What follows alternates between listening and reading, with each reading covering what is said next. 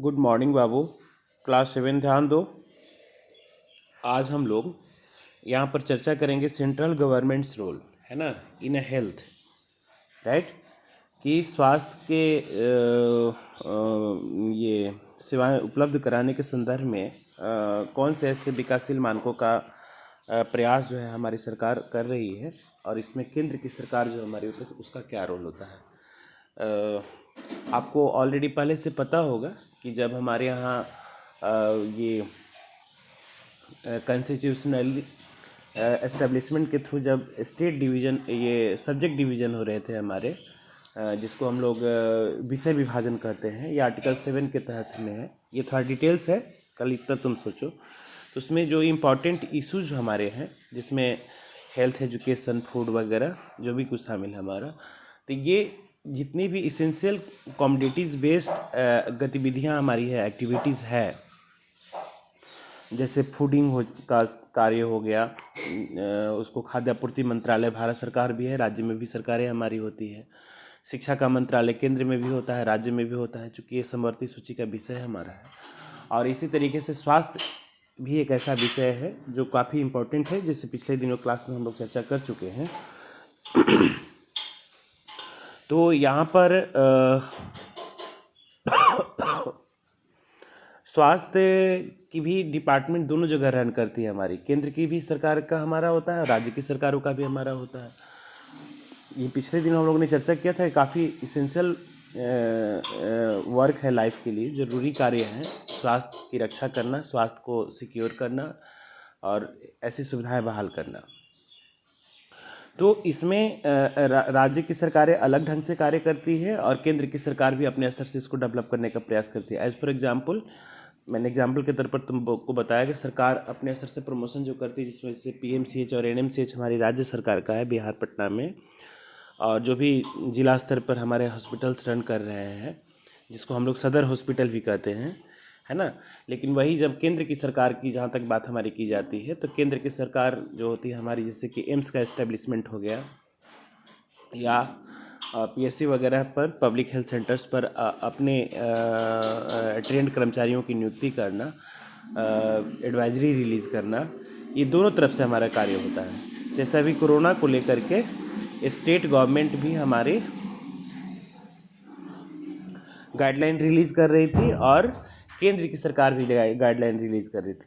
तो ऐसे main priority केंद्र की सरकार की गाइडलाइन को ही दिया जा रहा था कि सरकार क्या कह रही है, उसी के आधार पर उसका फैसला राज्य की सरकारें लेती थी। लेकिन राज्य की सरकार को ऐसा अगर लगता है कि मुझे और कुछ परिवर्तन के साथ में इसको इम्प्लीमेंट किया जाना चाहिए, जैसे दिल्ली, मुंबई में तेज़ी से फैल रहा था कोरोना, और वहाँ की सरकार ने ऐसा उचित समझा कि केंद्र की जो गाइडलाइन है उसके अतिरिक्त हमें अलग से प्रयास करने हैं, तो उसके लिए वो हमारा स्वतंत्र है, चूँकि ये दोनों का विषय हमारा है। तो आज हम लोग इसमें सेंट्रल गवर्नमेंट्स का क्या रोल होता है उसी के बारे में विशेष तौर पर जिक्र हम लोग करेंगे। जैसे तुम लोग देखोगे कि क्रिटिक्स से that national policy lacks specific measures to the achieve broad state goals, है ना, and particular problem include the failure to integrate health service with the wider economy and social development, the lack of nutrition support and sanitation, and the poor participatory involvement that is the local level. अब इसमें कह रहा है कि केंद्र की जो सरकार हमारी होती है, अब मान लो कि पूरे देश के अलग अलग राज्यों के जो हमारा जीडीपी और जो पर कैपिटा इनकम वगैरह की वहाँ की जीवन स्तर क्या है, मतलब जिसको हम लोग लाइफ एक्सेप्टेंसी का जो हमारा संदर्भ है, सबसिस्टेंस का संदर्भ है, वो किस प्रकार का है, इसको हम लोग सोशियो इकोनॉमिक बोलते हैं, यानी कि अर्थ से समाज का जो निर्माण हमारा हुआ है। तो इस आधार पर अगर एनालिसिस की जाए तो विकास मानकों का और पर कैपिटा इनकम जो हमारा है ना, या नेशनल ग्रोथ पर देखेंगे, तो उसके आधार पर देखेंगे तो बिहार एक ऐसा राज्य है जो कहीं बहुत ज़्यादा पिछड़ा हुआ है। केंद्र के अगर हम विकास मानकों का अध्ययन करेंगे तो इसको बीमारू राज्य में काउंट किया जाता है। ये तो भला हो कुछ नीतीश कुमार का, बिहार के मुख्यमंत्री का, जो पिछले 15-16 सालों तक बिहार में स्टेबल रहे, तो इन्होंने कुछ इंफ्रास्ट्रक्चर का काम कर दिया है। हेल्थ के मामले में अभी भी बहुत सारा काम बिहार में करना बाकी है, और रोजगार और जो आय के स्रोतों की विकसित करने की जो जहाँ तक सवाल है, ये सरकार कुछ हद तक प्रयास की है, लेकिन अभी भी हम अगर राष्ट्रीय मानक का अध्ययन करें तो उसमें बहुत पीछे ये पिछड़ा हुआ है। तो अगर देखो महाराष्ट्र को और बिहार का कंपैरिजन किया जाए, या एक डेवलप स्टेट हमारा है गोवा, केरला का अगर स्टडी हम करें हेल्थ का और एजुकेशन का, उस लिहाज से बिहार की स्थिति काफ़ी दयनीय है। तो अगर मान के चलो कि एक औसत राष्ट्रीय मानकों पर अगर सरकार कोई डिसीजन सेंट्रल गवर्नमेंट लेती है ना, उस लिहाज से देखा जाए तो उसका पैरामीटर हमारा आइडियल होगा जो सोशियो इकोनॉमिक बेस्ड कंडीशन पर तैयार होगा। और यहाँ पर सोशियो इकोनॉमिक कंडीशंस में 80% लोग हैं जो गरीबी रेखा से नीचे गुजर बसर करते हैं, जिनको दोनों टाइम की खाना नसीब सही ढंग से नहीं हो पाता है ना। फिर इसके बाद में उसके आवासन की सुविधा, यानी कि अगर ठहरने रहने की व्यवस्था जो हमारी होती है, ये भी काफ़ी पुअर कंडीशंस में हमारा होता है, जिसमें कुपोषित बच्चे होते हैं, बीमार बूढ़े होते हैं, जवानों में भी विकृतियाँ तुमको देखने को मिलती हैं। तो उस लिहाज से देखा जाए तो कुछ लोकल बेस पर कुछ ऐसे फैक्टर हमारे होते हैं जहाँ पर राज्य सरकार के डिसीजंस लेने का एक अपना संदर्भ हमारा बन जाता है। जैसे एग्जांपल के तौर पर तुम्हारा पिछले दिनों जो जापानी इंसेफ्लाइटिस और जो एईएस जो एक्यूटी ऐसे करके तुम्हारा सिंड्रोम करके था, इंसेफ्लाइटिस सिंड्रोम था, जिसको लोकल भाषा में मुजफ्फरपुर में चमकी बुखार कहा गया था। ये पूरे देश में एक अजूबा केस आया था हमारे पूरे देश में। केंद्र की सरकार, आप मान लो चमकी बुखार को लेकर के तो कोई स्पेशल गाइडलाइन उसकी तरफ से, जो कि पिछले 5 से 7 सालों से बच्चे वहाँ मर रहे थे, तो उस लिहाज से देखा जाए तो 5 से 7 सालों तक भी सरकार कान में तेल डाल करके सोई रही, या उसको जहमत उठाने का प्रयास नहीं किया। उसको ऐसा लग रहा था कि बिहार में नीतीश जी हैं, एक सफल मुख्यमंत्री हैं, और अपने राज्य के नागरिकों की रक्षा करने के लिए वो डिसीजन ले सकते हैं, उनकी व्यवस्था कर सकते हैं। जब मास लेवल पर बच्चे मरने लगे तो उस समय पोल खुल गई पूरी की पूरी। अब वो बिहार के मुख्यमंत्री नीतीश कुमार से ही पूछा गया तो वो बोल रहे थे कि हमने अभी तक उस हॉस्पिटल्स का पिछले 5 सालों में दौरा ही नहीं किया है। अब सोचो कि जहाँ पर एक अजूबी मतलब पहली बना हुई वो बीमारी, जिससे गरीब के बच्चे मर रहे हैं, 200 300 बच्चे मर रहे हैं, वहाँ पर राज्य का और देश का जो प्रमुख व्यक्ति होता है, जो स्वास्थ्य मंत्रालय जो महकमा संभाल रहा होता है, अगर वो विजिट नहीं करता है तो उस लिहाज से देखा जाएगा तो कहीं ना कहीं बहुत बड़ी लैकनेस हमारी मानी जाएगी। तो यहाँ यही कह रहा है कि जो लोकल बेस पर है ना समस्याएं हमारी होती है, उस पर सही ढंग से केंद्र की सरकारें कारगर रूप से कार्य हमारा नहीं कर पाती है। जैसे बिहार की सबसे पुरानी समस्या है गरीबी का, अशिक्षा का, बेरोजगारी का, उनकी समुचित आवासन की व्यवस्था हमारी नहीं होती है। पूरे भारत में सबसे ज़्यादा स्लम एरिया जो है हमारे बिहार में है। स्लम एरिया में आज तो सोचो कि कोरोना में पर्सनल हाइजीन को लेकर के न जाने कितने सारे गाइडलाइन जारी किए जा रहे हैं कि दिन भर में 10 बार साबुन से हाथ धोना चाहिए, है ना, अपने आँख को नाक को नहीं छूना चाहिए, है ना, क्या कहते हैं, मास्क की सुविधा होनी चाहिए। तुम जाके स्लम एरिया में देख लो लोगों को, उसके जो स्लम एरिया में वास करने वाले बच्चे गंदी नालियों के आसपास में खेल रहे होते हैं, वहाँ पर गंदे पशु भी खेल रहे होते हैं, जैसे सुअर वगैरह खेल रहे हैं। वो ओपन में डेफिकेशन उनका है, पूरी गली बस्तियाँ महक रही है ना, चिकनगुनिया, मलेरिया, डेंगू, न जाने कितनी सारी बीमारियाँ वहाँ पर तुमको देखने को मिलेगी। जिसमें तुम्हारा एक सर्वे इसमें बुक में दिए हुए भी कि वाटर बर्न जो डिजीज़ हमारे होते हैं, पानी जनित बीमारियाँ, जिसमें लीवर का होता है, लीवर सिरोसिस, हेपेटाइटिस, जॉन्डिस, ये सब होती है। तो अब मान के चलो कि वैसे जो खास करके जो एक्सट्रीमली जो बैकवर्ड कम्युनिटी हमारी होती है, उस कम्युनिटी को प्रमोट करने के लिए राज्य सरकार ज़्यादा कारगर ढंग से कार्य कर सकती है। क्योंकि केंद्र जो है महाराष्ट्र के मॉडल्स को बिहार में अगर सेट करेगी तो संभव नहीं है, और बिहार की मॉडल्स को हम लेके किसी अन्य राज्य की तरफ जाएंगे तो बिहार ऑलरेडी बदनाम है और हंसी का पात्र हमारा बन सकता है। तो ये वही कह रहा है कि तुम्हारा कि poor participatory involvement at the local level, ये बहुत ज़्यादा प्रॉब्लम है। जिसमें सैनिटेशंस, एक लैकनेस ऑफ न्यूट्रिशन चार्जेस, ये उनको नहीं है। जो चमकी बुखार वाला कंडीशन में एक बहुत बड़ा कंडीशन निकल करके सामने आया था कि अभी भी उसको क्लियर नहीं है कि लीची खाने से वो बुखार होता था कि नहीं होता था, लेकिन ऐसा शायद पता चला था कि लीची खाने से शुगर लेवल रैपिडली डाउन होता है। कुछ अभी तक जो जानकारी आई है ये भी सही नहीं है, लेकिन कुछ ऐसा केस उसमें आ रहा था। कि लीची खाने से शुगर लेवल अचानक से नीचे डाउन होता था। अब सोचो कि जो आदमी मजबूत नहीं है, अगर उस व्यक्ति का शुगर लेवल अचानक से नीचे गिर जाएगा तो वो बचेगा। तो उसमें एडवाइजरी रिलीज हो रहा था कि बच्चों को उसके माँ बाप, है ना, शाम के समय सोते समय खाना निश्चित तौर पर और ज़रूरी खिलाएं, है ना, तब उसको सोने दें, क्योंकि ज़्यादा बच्चे रात में ही डेथ करते थे। दिन में तो चलो वो कुछ भी खा लेते थे, भाग दौड़ मचा करके कुछ भी खा लेते थे, लेकिन रात के समय में उनको खाना नसीब नहीं हो पाता था और दिन भर लीची के बागानों में गिरे हुए लीची खाते थे, तो उनका वो शुगर लेवल नीचे की तरफ जा रहा होता था। नतीजा ये होता था कि उसको अचानक से शुगर लेवल नीचे जाने का मतलब है कि वो तुम्हारा ब्रेन को डेड कर देगा, क्योंकि इंस्टेंट जो हमारा न्यूट्रिशनल चार्जेस तो वही सपोर्ट करता है। तो ऐसा फैक्ट्स निकल कर सामने आया था। जैसे कोरोना अबूझ पहली बनी हुई थी, उसी तरीके से चमकी बुखार अभी भी अबूझ पहली बनी हुई है। उसके रिसर्च सेंटर डेवलप करने की बात हमारी हो रही थी, लेकिन इतना ज़रूर उसमें क्लियर हुआ था कि न्यूट्रिशनल वैल्यूज़ बच्चों को ना मिल पाने के कारण, और वो गरीब माँ बाप जो पर्सनल हाइजीन के बारे में ध्यान नहीं रखते थे, या एक कुपोषित माँ ने कुपोषित बच्चे को जन्म दिया था, है ना, इस कारणों से वो बच्चे ज़्यादा मर रहे थे। तो उसको संभालने का प्रयास हमारा सरकार की तरफ से किया जाना चाहिए। तो यहाँ दो कंडीशंस तुमको देखने को मिल रहा है। एक बहुत ज़्यादा हाई सोसाइटी, जैसे पटना में ही तुम देखो, RSHMRI है, मेडिका है, इतने सारे बड़े प्राइवेट हॉस्पिटल्स हैं जहाँ पर थोड़ी बहुत खांसी और छींक बुखार लगती है तो लोग हॉस्पिटल्स में एडमिट हो जाते हैं, BP फ्लैक्चुएट करता है तो हॉस्पिटल्स में भर्ती हो जाते हैं। और एक तरफ एक क्लास ऐसा है जो उस स्लम एरिया हो या ऐसे जो हैंड टू माउथ जो एरिया हमारे होते हैं, जिसको लोअर इनकम ग्रुप एलिजिबल जो क्लास हमारा होता है, वहाँ पर बेसिक नीड्स के लिए लोग जूझ रहे होते हैं और बड़ी से बड़ी बीमारियों के लिए उनके पास में ट्रीट करने के लिए कोई ऑप्शन नहीं हमारे पास में होते हैं। तो इस अनइक्वलिटी को दूर करने के लिए सरकार को एक बहुत अच्छा प्रयास हमारा किया जाना चाहिए।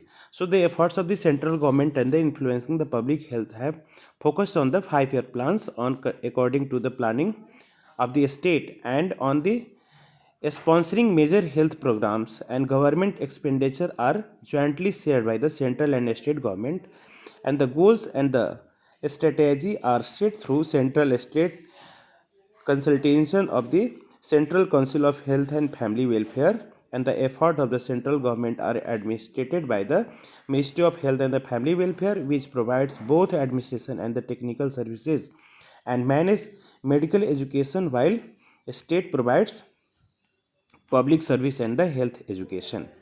ठीक है, उसमें ये कह रहा है कि इस तरीके से सरकार को ऐसा सोचना चाहिए, हमारी फेडरल स्ट्रक्चर में केंद्र और राज्य की सरकारें दोनों जवाबदेही सुनिश्चित करने के लिए एक इंटीग्रेटेड प्लान लेकर के आए, मतलब ज्वाइंट प्लान लेकर के आना बहुत ज़रूरी है। जैसे मान लो कि आज कोरोना को लेकर के सरकार जो लड़ रही है, केंद्र की जो हमारी मोदी सरकार है, ये बार बार राज्यों को आश्वस्त कर रही है कि आप लड़ाई लड़िए, हम भी आपको सहयोग करेंगे, पैसे की कोई कमी नहीं होने दी जाएगी, ज़रूरत पड़ा तो हम रेलवे में भी बोगियों में ICU शिफ्ट करेंगे, है ना, PPE किट की कोई कमी नहीं है, जितना मांगोगे उतना मैं PPE किट तुमको दूंगा। तो सरकार की तरफ से ऐसी कुछ व्यवस्था होनी चाहिए। जैसे पिछले दिनों एक न्यूज़ में आया था, बिहार के मुख्यमंत्री नीतीश कुमार कोरोना को लेकर के और अन्य बीमारियों के सजग डेवलपमेंट को लेकर के कि कैसे इसको सिक्योर किया जाए, एक प्लान लेकर के आए थे कि टेली मेडिसिन से ना हर एक PSC को जोड़ा जाए।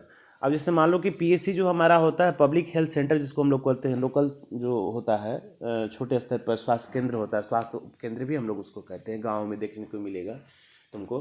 तो वहाँ पर होगा क्या कि कोई नर्स होगी महिला, या कोई आशा कार्यकर्ता होगी, या कोई ऐसे मेडिकल ट्रेंड कंपाउंडर हमारा होगा। तो मान लो कि कोई व्यक्ति को मामूली सिम्टम है, छोटा सा, है ना, लक्षण है कोई छोटा बड़ा, तो जैसे एज फॉर एग्जांपल तुम देख सकते हो ब्लड प्रेशर का ही, BP एक तो छोटी बीमारी है, फ्लैक्चुएशंस कॉमनली तुमको देखने को मिलता है, लेकिन वो कितना बड़ा नुकसान है, किडनी ब्रेन सब लेके उड़ जाएगा, है ना। तो ठंड में ये सब केसेस तुम्हारे बढ़ भी रहे हैं। तो टेलीमेडिसिन से ये उसकी सुविधा मिलने वाली है कि मान लो कि अगर 8 बजे PSC सेंटर्स खुलते हैं हमारे, और पटना PMCH में अगर मान लो कि अगर 40 डॉक्टर हैं और उसमें से अगर हम 35 लोगों की ड्यूटी ले रहे हैं, तो 5 लोग ना वीडियो कॉन्फ्रेंसिंग के माध्यम से, है ना, राज्य के अलग अलग सेंटर्स के PSC से जुड़ सकते हैं टेली मेडिसिन से।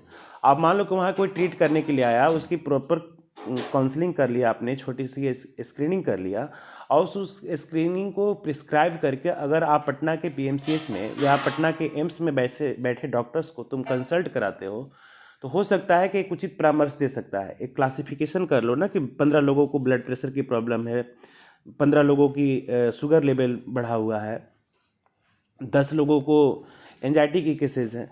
अगर उसे डिपार्टमेंटल डॉक्टर से बार बार आप कंसल्ट कर करके एक कॉमन कंसल्ट तैयार कर लेते हैं और उसको सजेस्ट करते तो हो सकता है कि प्री कंडीशंस में ही, यानी कि बीमार होने से पहले वाली स्थिति जो हमारी होती है उसी स्तर पर इसकी सुधार हमारी की जा सकती है ना। तो ऐसे सब स्पॉन्सरिंग मेजर्स हेल्थ प्रोग्राम्स को हम लोग प्रमोट करें जहाँ पर अवेयरनेस की बात होती है, और जो हमारे स्वास्थ्य और लोक कल्याण मंत्रालय भारत सरकार हो और राज्य की सरकारें हमारी जो होती है, जैसे कि केंद्र के जो स्वास्थ्य मंत्री हमारे हैं डॉक्टर हर्षवर्धन, और राज्य में हमारे अभी स्वास्थ्य मंत्री मंगल पांडे हैं, है ना। तो ये लोगों को अपना एक एकोमोडेट कंसोलिडेटेड फैसले पर कार्य करना चाहिए, जिससे कोरोना को लेकर कभी तालमेल बनी हुई है सरकार केंद्र और राज्यों के बीच में। ऐसे छोटे मोटे जो परेशानियां डिजीज़ हमारी होती है उसको भी लेकर के सरकार ऐसे प्रमोशनल वर्क हमारे लेकर के आए, या टेलीमेडिसिन के अलावा एक और भी काम हम कर सकते हैं कि जो हम देश में जितने डिस्ट्रिक्ट लेवल के हॉस्पिटल्स हैं ना, उसको अगर कहीं हम राजधानी क्षेत्र में रहने वाले एम्स के साथ टाई अप करके अगर टेलीमेडिसिन को प्रमोट करें तो बहुत हद तक लोगों को ना बीमार होने से रोका जा सकता है। सो नेक्स्ट इसमें कह भी रहा है कि 1983 the national health policy was committed to the providing health services to all by the 2000। ये 1983 का एक हमारा राष्ट्रीय स्वास्थ्य कानून था, नीति थी, जिसमें एक ऐसी कुछ अचीवमेंट का प्रयास किया गया था कि 2000 लोगों तक, 2000 मतलब ईस्वी के आसपास में बता रहा है कि लगभग लोगों को हम लोग हेल्थ फैसिलिटी प्रोवाइड करेंगे।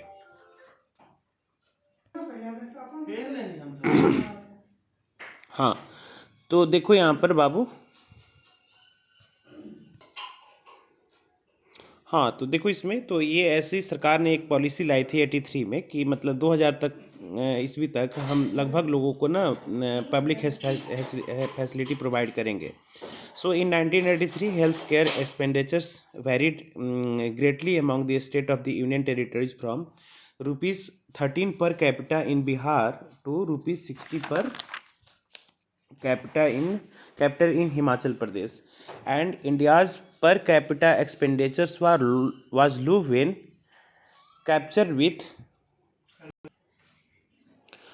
हाँ तो इसमें देखो कि per capita expenditures were low when compared with the other Asian countries outside of the South Asia, and although government healthcare spending progressively throughout the 1980s, such spending as the percentage of the gross national product and remained fairly constant.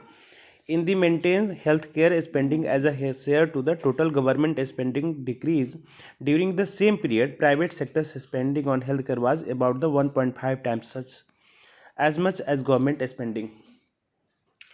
इसमें ये कह रहा है कि 83 में जो policy लाया गया था कि 2000 तक लगभग लोगों को स्वास्थ्य सुविधाएं मैसर की जाएगी, कुछ अपना होता है ना एक एम्बिशन अचीवमेंट का जो टारगेट हमारा रहता है, जैसे तुम्हारा 2020 का जो सपना कलाम देखा करते थे 2020 तक का, तो वो तो खैर नहीं रहे देश इस दुनिया में, लेकिन आप सोचो कि कलाम के सपनों का भारत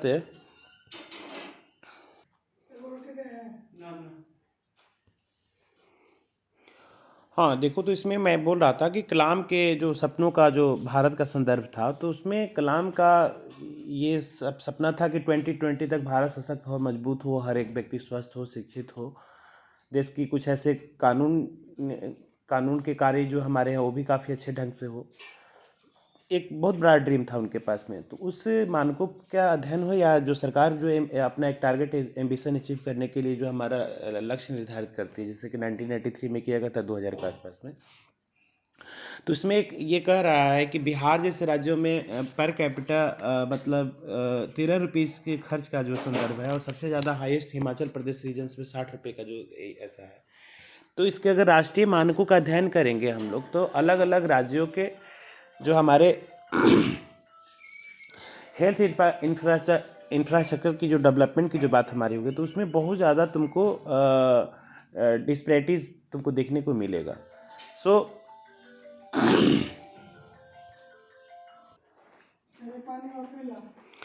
हाँ, तो तुम देखोगे कि इस प्रकार के जो कंडीशंस है उसमें बहुत बड़ा और इम्पोर्टेंट जिक्र इसका वर्ल्ड के अन्य देशों से भी है, और ख़ास करके एशियन कंट्री से भी इसका कंपैरिजन कर रहा है कि उस मानकों से देखा जाए तो सरकार ने लक्ष्य तो जरूर निर्धारित कर दिया, लेकिन उसके डेवलपमेंट को लेकर के जो प्रोग्राम और जो भी कुछ उसमें इन्वेस्टमेंट की जो सवाल हमारे होते हैं, वो काफ़ी हद तक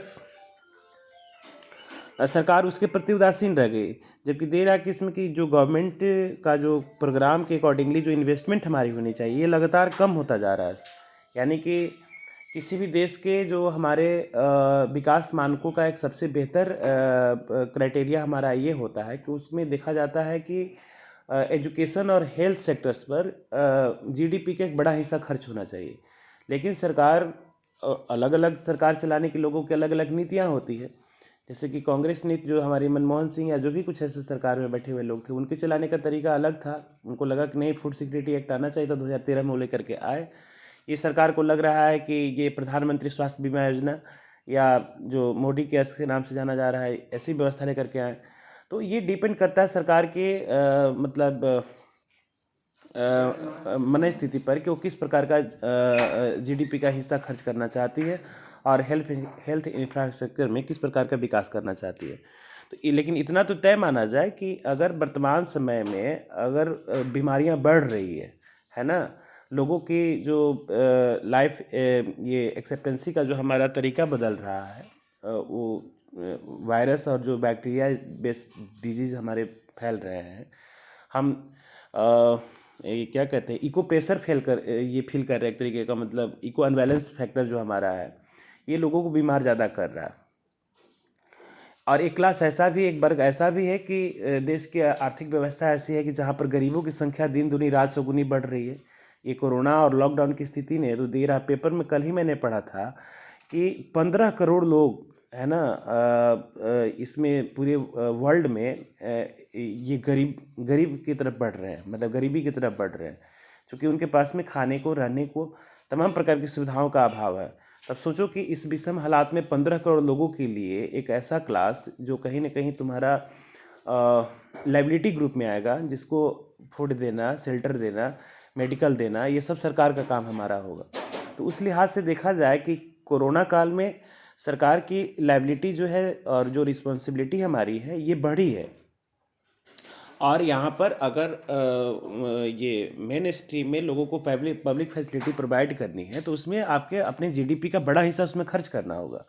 आपको रोजगार सृजन के बारे में सोचना होगा, है ना। उचित उनकी ट्रीटमेंट सुनिश्चित हो पाए, ऐसे सरकारी हॉस्पिटल्स में उसकी व्यवस्था करनी होगी, लेकिन ऐसा नहीं है। और उसके उल्टे ये बताया जा रहा है कि लगभग 1.5 गुने के रफ्तार से, है ना, पूरे देश में प्राइवेट सेक्टर्स की हेल्थ फैसिलिटीज़ हमारी बढ़ रही है, जिसको कहीं ना कहीं सरकार को इसके ऊपर में अंकुश लगाना चाहिए, उसको कंट्रोल में रखना चाहिए। नेक्स्ट दे रहा तुम्हारा medical tourism in India. India is a quickly becoming a hub for medical tourism seeking quality health care at an affordable cost and nearly 405,000, है ना, foreigners sought medical treatment in India last year, with the Singapore not too far behind the Thailand neither lead with the over of the million medical tourism. In order to attract foreign patients, many Indian hospitals are promoting their international quality of the healthcare delivery by the turning of the international accreditation agencies to standardize their protocols and obtain the required approval on the safety and the quality of care.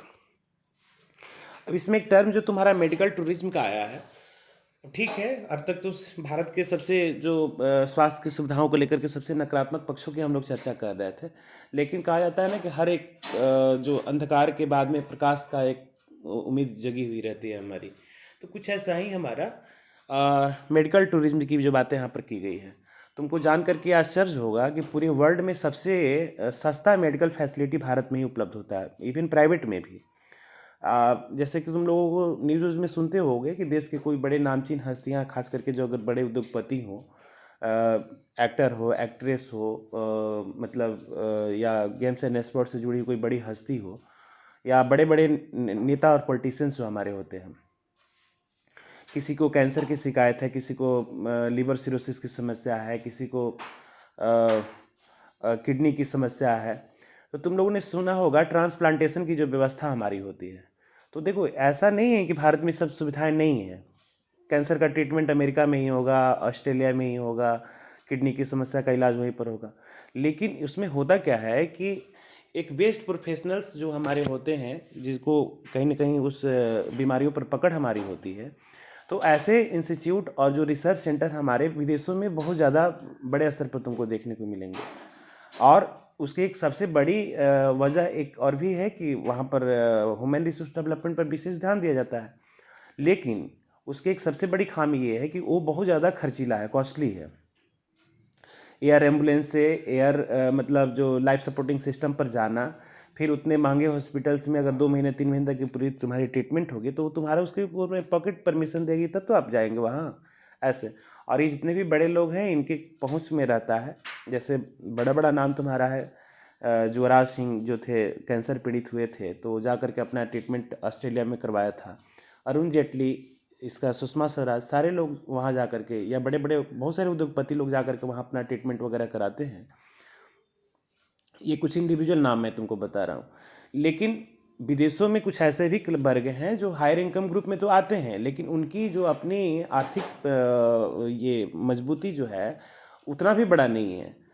अब वो वहाँ पर उतना बड़ा खर्च दे करके treatment नहीं कर सकते हैं, तो वैसे लोग भारत की तरफ में आ रहे हैं, है ना। और उनको पब्लिक और प्राइवेट सेक्टर्स की जितनी भी हॉस्पिटल्स हैं, बड़े नाम हॉस्पिटल, पटना में पारस तुम्हारा है, प्लस में दिल्ली में मेदांता मेडिसिटी का नाम तुम लोगों ने सुना होगा।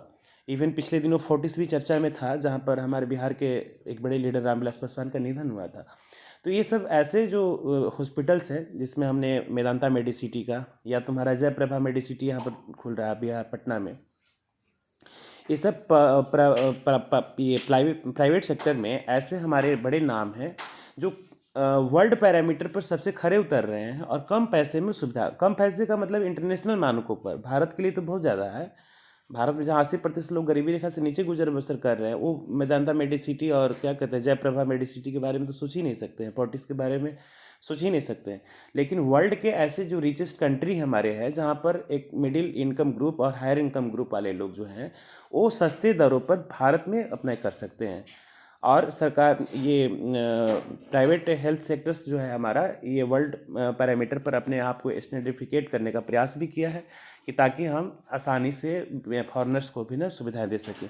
पिछले दिनों का एक डाटा तुमको दिया है कि कम से कम 4.5 लाख के आसपास में तुमको इसमें दिखा रहा है, 450,000, यानी कि 4.5 लाख तुम्हारे पेशेंट जो थे भारत को विजिट किए हैं, जो थाईलैंड और इंडोनेशिया, सिंगापुर के आसपास में तुमको देखने को मिलता है।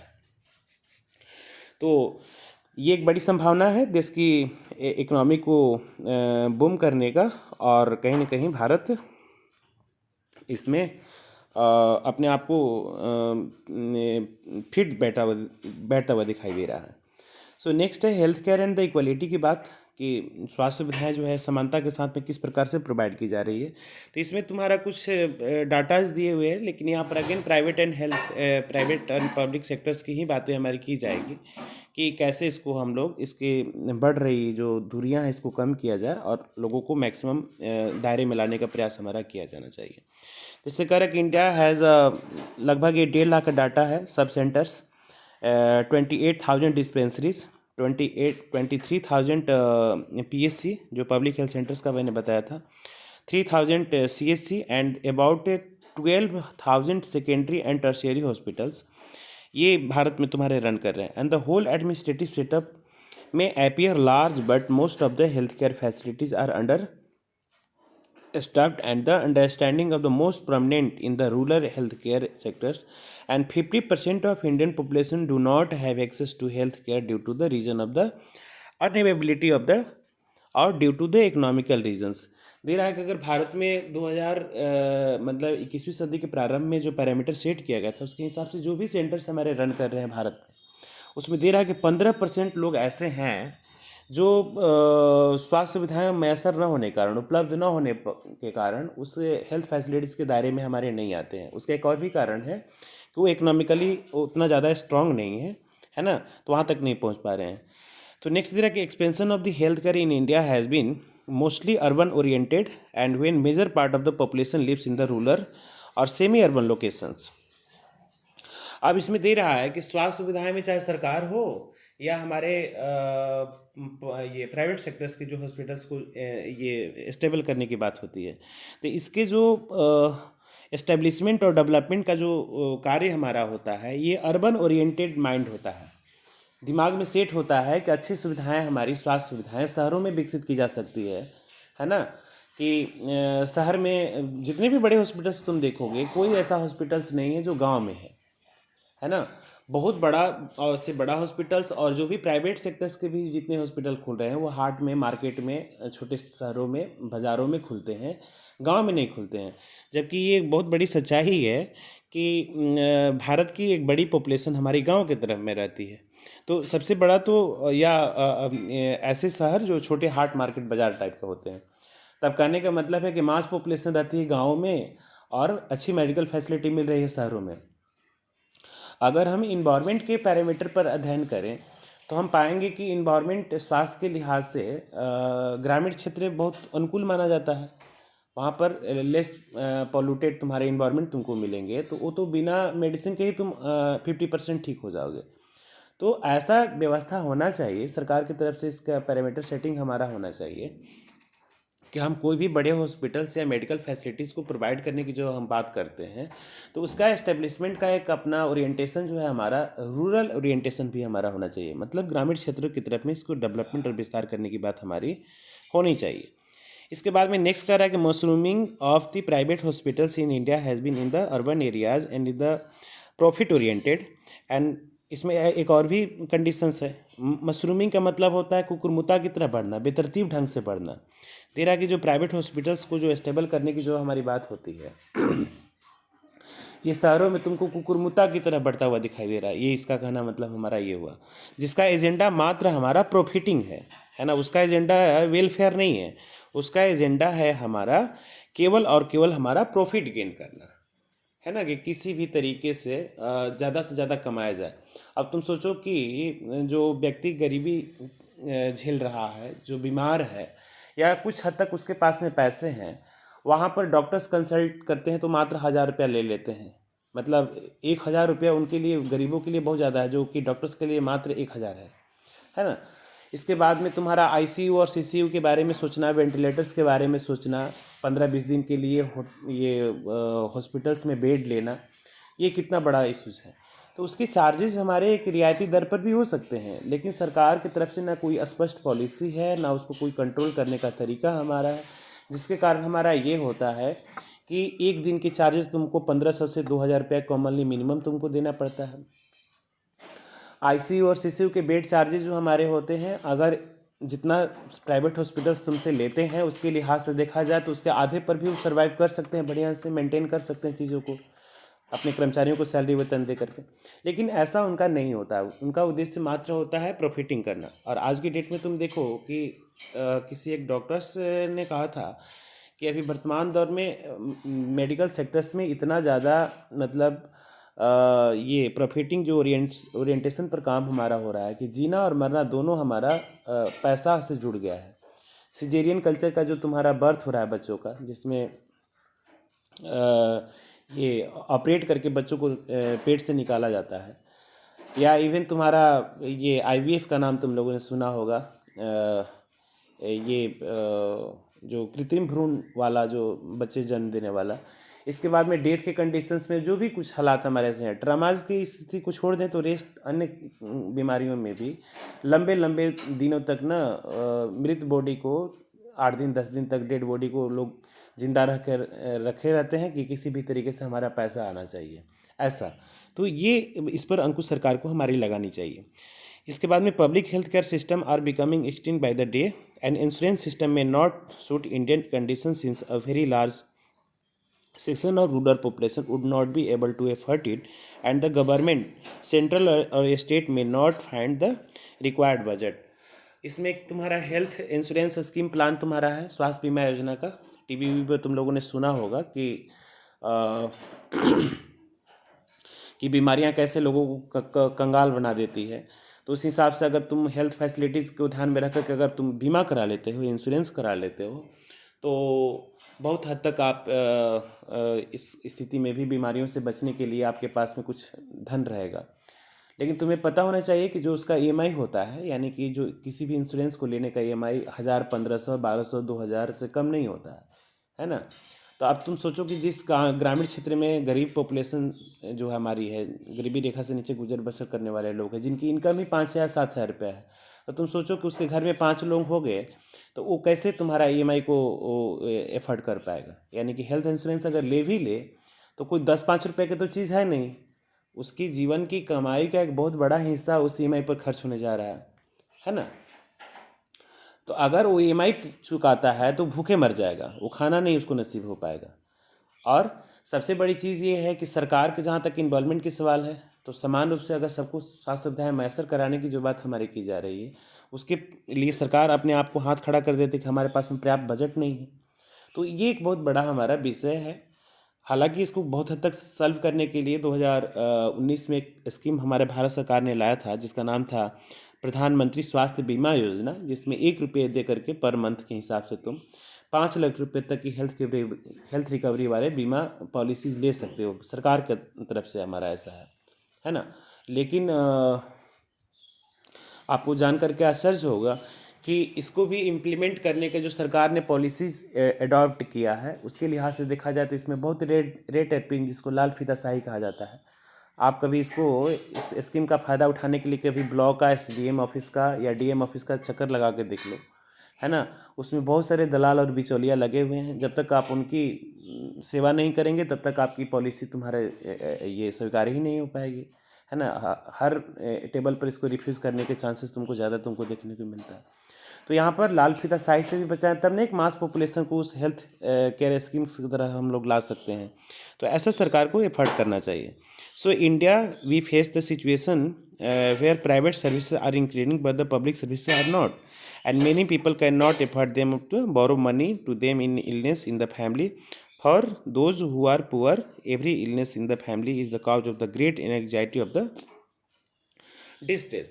इसमें कह रहा है कि भारत में इस सिचुएशन कुछ ऐसा हो गया कि प्राइवेट सेक्टर्स, हर 3 बिल्डिंग के बाद में तुमको एक हॉस्पिटल्स मिलेगा जो आईसीयू, सीसीयू और न जाने वेंटिलेटर चार्जेस वगैरह का बेड लगा के रखे हुए रहता है ना। और दूसरी तरफ जब हमारे पीएमसीएच, एनएमसीएच या जो सदर हॉस्पिटल्स, ऐसे हॉस्पिटल्स की लगातार कमी तुमको देखने को मिलती है। नतीजा ये होता है कि गरीबी रेखा से नीचे गुजर बसर करने वाले जो लोग हमारे होते हैं, जब उनके घर में कोई बीमार पड़ता है तो काफ़ी चिंतित हो जाते हैं, एंग्जाइटी के शिकार हो जाते हैं और उनको डिस्ट्रेस का सामना करना पड़ता है। और उनको कहीं ना कहीं महाजन से पैसे लेकर के, उधार पैसे लेकर के ना, उसको अपना ट्रीटमेंट कराना पड़ता है। उस हिसाब से वो कर्ज जाल में फंस जाता है बेचारा, और लगातार उसे सामना करना पड़ता है इन तमाम प्रकार की विषम परिस्थितियों का। So sometimes it is not only the lack of money that prevents people from the getting proper medical treatment, and women, for example, are not taken to a doctor in a prompt manner, and women's health concerned and considered to be the less important than the health of the men in the family. And many tribal areas have a few health centers and they do not run properly, and even private health services are not available. A pregnant woman has to travel many kilometers to see a qualified doctor. इसमें दे रहा है कि gender के base पर भी discrimination का सामना करना हमारे देश में पड़ता है। जैसे मैंने तुमको बताया था कि अगर हेल्थ मानकों पर, है ना, अगर हम स्टडी करें तो हमें पता चलेगा कि महिलाओं की स्थिति अच्छी नहीं है। महिलाओं के स्वास्थ्य को मतलब सेकेंडरी, खास करके ये कहीं ना कहीं दोष है हमारी भारतीय व्यवस्था का, सामाजिक व्यवस्था का, जहाँ पर महिलाओं को एक तरीके के दोयम दर्जा के नागरिकता से लोग अभी भी नहीं उबर पा रहे हैं, जबकि समानता के तमाम प्रकार की बातें हमारी हो रही है। तो इसमें दे रहा है कि उनको कहीं ना कहीं एक्सप्लॉयटेशन का सामना करना पड़ता है, और दे रहा है कि डॉक्टर्स आसानी से उपलब्ध नहीं हो पाते हैं, या उनके साथ में एक प्रॉम्प्ट मैनर का बिहेव किया जाता है ना। ये भी एक बहुत बड़ी सच्चाई है। और इसमें दे रहा है कि परिवार में महिलाओं के स्वास्थ्य को रिस्पेक्टिवली लेस इम्पोर्टेंस दिया जाता है। हालांकि सबसे ज़्यादा सक्रिय रोल महिलाएं ही भूमिका निभाती हैं। अपने घरों का पूरा ये शेड्यूल देखोगे तो तुम्हें पता चलेगा कि किस प्रकार से महिलाएं कंट्रीब्यूट करती है, लेकिन उनके हेल्थ को नज़रअंदाज किया जाता है, या उसको हेल्थ को काफ़ी महत्व नहीं दिया जाता है रेस्पेक्टिव देन पुरुषों की अपेक्षा। हालांकि सभी घरों में ऐसा नहीं हो रहा है। 21वीं सदी में बहुत सारे बड़े बदलाव तुमको देखने को मिल रहा है, जहाँ पर तमाम प्रकार की डिस्क्रिमिनेशन को ना कम करने की बात हमारी की जा रही है। एंड मेनी ट्रैवल एरियाज, जहाँ पर दे रहा है कि बहुत सारे जगह ऐसे हैं जहाँ पर हेल्थ सेंटर्स तो चले हैं बट उसको प्रॉपरली रन नहीं किया जा रहा है, और ऐसे प्राइवेट सर्विसेज जो तो उपलब्ध ही नहीं है। इसमें सबसे बड़ी समस्या आ जाती है खास करके जो प्रेग्नेंट महिला होती है, जिनको गर्भवती होती है, बच्चे को जन्म देना होता है, उनको अगर ग्रामीण क्षेत्रों में कोई प्रॉब्लम आ जाती है तो किसी एक क्वालिफाइड डॉक्टर से कंसल्ट करने के लिए, विजिट करने के लिए उनको बहुत सारे किलोमीटर्स, 100-150 किलोमीटर्स तक के सफ़र करके तब वो वहाँ तक पहुँचना पड़ता है। तो एक बहुत बड़ी खामी है। इसके बाद में नेक्स्ट तुम्हारा प्रोग्राम हेल्थ इंश्योरेंस का है। The majority of the Indian population is unable to access high quality health care provides by the private players as a result of the high cost, and many are now looking towards insurance companies for the providing alternative financing options so that they may seek better quality healthcare, and the opportunity remains huge of the insurance providers entering into the Indian healthcare make up the 75% of expenditure of the healthcare in India is still being made by the out of pockets and consumers, and even through only 10% of the Indian population today has a health insurance coverage, and the Insurance Regulatory and Development Authority है ना, IRDA होता है, एडा इसको हम लोग कहते हैं, is the governing body responsible for the promoting insurance business and introducing insurance regulation in the India's. इसमें देखो स्वास्थ्य बीमा योजना जो है, अगर सरकारी स्वास्थ्य बीमा योजना को अगर रेस छोड़ दिया जाए तो इसमें भी बहुत बड़ा खेल है ना, जिसको बीमा विनियामक और विकास प्राधिकरण कहते हैं इसको, IRDA का। कहने का मतलब है कि जो आदमी भूख से मर रहा है उसको हेल्थ की जो बीमा योजना के बारे में बताना, ये बहुत बड़ा मजाक हो जाएगा, है ना। कहा जाता है कि जैसा देश वैसा भेष। अगर आपने अपनी देश की अर्थव्यवस्था को ही नहीं सुधारा, आपने रोजगार ही सृजित नहीं किया, जहाँ पर कैपिटल इनकम की स्थिति अच्छी नहीं है, फूड की स्थिति अच्छी नहीं है, इसमें दे रहा है कि लगभग 10% ही मात्र भारतीय के पास में हेल्थ इंश्योरेंस है, जो विषम परिस्थितियों में अपने आप को किसी बड़े हॉस्पिटल्स में एडमिट करके उसका बेनिफिट ले सकते हैं, या सरकारी क्षेत्रों में कुछ काम करने वाले जो वर्कर्स हैं उनको कुछ सपोर्ट मिलता है। रेस्ट तुम्हारा 80 से 90% जो हमारे ऐसे हैं जो ESIC के दायरे में भी हमारे नहीं आते हैं। तो एक बहुत बड़ी खामी हमारी है ना। और उसके EMI वाले कंडीशंस पर भी मैंने चर्चा किया ही कि वो इतना एफर्ट ही नहीं कर पाएंगे कि कभी वो हेल्थ इंश्योरेंस के बारे में सोच सकते हैं हमारे। ओके, तो इस तरीके से देखा जाए तो एक बहुत बड़ा इशूज हमारे भारत में देखने को मिलता है। तो ये रहा कुल मिला जुला एक मिसलेनियस हमारा एनालिसिस है इस पर, भारत सरकार और राज्य सरकारों के बारे में किस प्रकार से क्या होना चाहिए, नहीं होना चाहिए। तो ये सारे कंक्लूजन को प्रेजेंट करने के बाद में मुझे ऐसा लग रहा है, तुम लोग को भी महसूस करना चाहिए कि भारत की जो हमारी सरकार है, जो गवर्नमेंट सेक्टर जो पब्लिक फैसिलिटीज़ को डेवलप करने का कार्य हमारी करती है, उसको अपने GDP का एक बड़ा हिस्सा हेल्थ सेक्टर्स पर खर्च करना चाहिए। और उससे भी ज़्यादा ज़रूरी है कि लोगों में एक जागरूकता की स्थिति पैदा की जाए। जब तक देखो देश के लोगों को शिक्षित नहीं करोगे, पर्सनल हाइजीन के बारे में नहीं समझाओगे, तब तक ये सब बातें, मतलब ये कहा जाता है ना कि प्रिवेंटिव रहना, precaution is better than cure, है ना, कि सावधानी ही इलाज से बेहतर है। सावधानी जो होता है हमेशा इलाज से बेहतर माना जाता है। कहने का मतलब है कि अगर कोई सामान्य लक्षणों के आधार पर अगर किसी बीमारी की पहचान पहले स्टेज में ही कर ली जाती है, या किन हालातों में हम बीमार नहीं पड़ सकते हैं, इस पर अगर ज़्यादा डिस्कस किया जाए तो बहुत हद तक हम लोग बीमारी और उसमें जाने वाले खर्च से मतलब बचा जा सकता है। और इसके लिए सबसे बड़ा एक चीज़ ये भी है कि हमें पर्सनल हाइजीन का, हमें एक हेल्दी डाइट कल्चर का, इसके बाद में कुछ ऐसे ये सिम्टम ऑफ द डिजीज़, लक्षणों की पहचान करना, प्रिवेंटिव मेजर्स के बारे में बहुत विशेष स्तर पर जिक्र हमारा हर एक पाठ्यक्रम में शामिल किया जाना चाहिए और सही मायने में बच्चों को शिक्षित और सुरक्षित रहने की शिक्षा दी जानी चाहिए। कहा जाता है कि बुनियाद जो होती है हमारी बचपन में ही पड़ जाती है अच्छी, और अच्छी आदतों का विकास बचपन में ही हो जाता है। अगर बच्चों को अगर ये बात बार बार सिखाया जाए कि तुम अपने पर्सनल हाइजीन के बारे में, जैसे हेयर कटिंग हो गया, नेल कटिंग हो गया, हैंड वॉश हो गया, फर्स्ट एड बॉक्स घर में रखने का कल्चर, इसके बाद में तुम्हारा हेल्दी डाइट कल्चर्स में fruit, vegetables, milk, less oil, fatty खाने को अवॉइड करना, इससे हम बहुत हद तक बच सकते हैं। कहने का मतलब बीमार पड़ोगे तो ना तुमको हेल्थ केयर की बात आएगी, जब बीमार ही आप नहीं पड़ेंगे तो हेल्थ केयर क्या चीज़ होती है। तो अगर 10 से 15% भी लोग अगर इससे कॉन्शियस होते जाते हैं, अगर 10 से 15% लोगों को शिक्षित करते जाते हैं, तो ये बहुत हद तक प्रयास सफल हमारा रहेगा कि लोगों को देश में बीमार होने की मतलब नौबत ही नहीं आएगी और बीमार लोगों की संख्या हमारी दिनों दिन कम होती जाएगी, जिससे हमारा हेल्थ केयर फैसिलिटीज़ प्रोवाइड करने वाली कंपनी या जो भी सरकार की तरफ एफर्ट किया जाता है उस पर दबाव हमारा कम होगा। अब देखो वर्तमान में एक एग्जाम्पल केस स्टडी के तौर पर बार बार हम लोग इस पर चर्चा कर भी रहे हैं, कोरोना का। ये कोरोना आया है तो लोग को कहा जा रहा है कि अपने इम्यून को डेवलप कीजिए। इम्यून कैसे डेवलप होगा, तो गुनगुना पानी पीजिए। इम्यून डेवलप होगा कि ये हाइजीन का ध्यान रखना है, हेल्थ और हाइजीन का, हाथों को बार बार धोइए, नाखून को काटिए, सैनिटाइज करके रखिए। तो अब आप आज देख रहे हो कि इम्यूनिटी को डेवलप करने के लिए विटामिन सी की प्रचुर मात्रा खाइए, प्रोटीन खाइए। तो अब खाने का मतलब है कि तो ऐसे सोचना चाहिए ना कि जीवन एक बार मिला है तो उसको अच्छे से जीना है, तो हमें स्वस्थ रहना होगा मन और शरीर से। तो हम अपने हाइजीन का पहले ही क्यों नहीं ध्यान रखें कि आज हम इम्यूनिटी को डेवलप करने के विचार कर रहे हैं।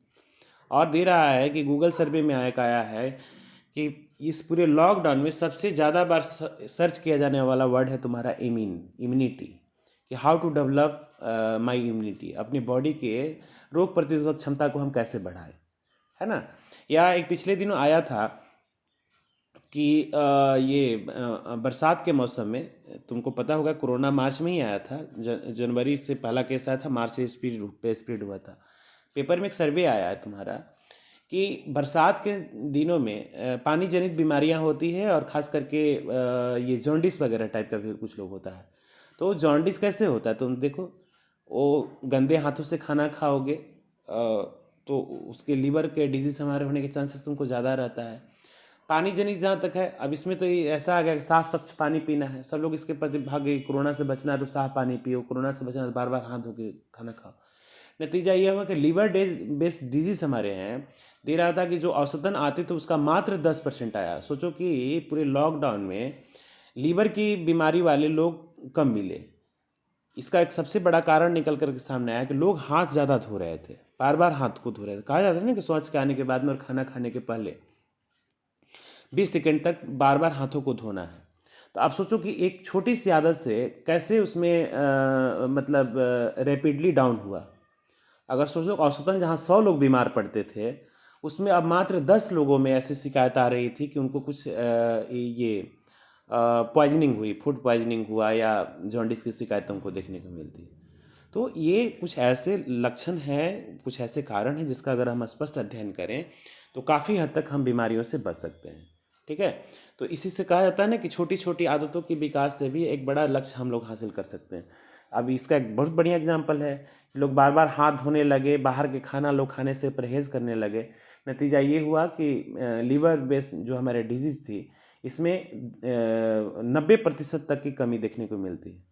अब लीवर से तो तुम्हारा बॉडी का पूरा सिस्टम जुड़ा हुआ है, जो भी खाना खाते हो पीते हो उसी से तुम्हारी बॉडी को लगती है, उसका डाइजेशन सही ढंग से होता है हमारा, तो है ना। तो केवल हम सरकार को ही दोष नहीं दे सकते हैं, कहीं ना कहीं हमें इस बात को ध्यान रखना होगा, फैमिली प्लानिंग के बारे में सोचना होगा, है ना।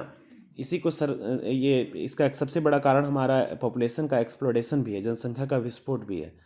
अगर एक अच्छी हम जनसंख्या नीति को लेकर के आएँ, हम एक अच्छी परिवार नियोजन की व्यवस्था को लेकर के आएँ, उसको रोकने के लिए सरकार ने लेट से शादी करने के लिए प्रमोट कर रही है ना। इसमें तुम लोग देखोगे चाइल्ड मैरिज को प्रोहिबिशन की बात इसमें की जा रही है कि कम उम्र में लोगों बच्चों की शादियां, लड़का हो या लड़की, है ना, वो एक बड़ा परिवार का कारण हमारा बन सकता है। परिवार नियोजन में 3 साल तक के बच्चों की गैपिंग रखने की बात कही जा रही है। उसमें संख्या निर्धारित करने की बात की जा रही है कि 2 बच्चे ही काफ़ी हैं आपके, मतलब कोई भी हो ऐसा। तो अगर हम कम बच्चे रखेंगे, छोटा परिवार रखेंगे, तो छोटी इनकम में भी अच्छे से सर्वाइव किया जा सकता है ना।